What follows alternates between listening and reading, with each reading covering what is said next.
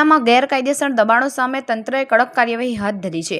આ કાર્યવાહીના ભાગરૂપે કંથારિયામાં દારૂલૂમની સામે આવેલા અંદાજે 50થી વધુ ગેરકાયદેસર બાંધકામો તોડી પાડવામાં આવ્યા છે। આ મેગા ડિમોલેશનથી દબાણકારોમાં ભારે દોડધામ મચી ગઈ છે અને તંત્રના આ કડક વલણની ચર્ચા સમગ્ર જિલ્લામાં થઈ રહી છે।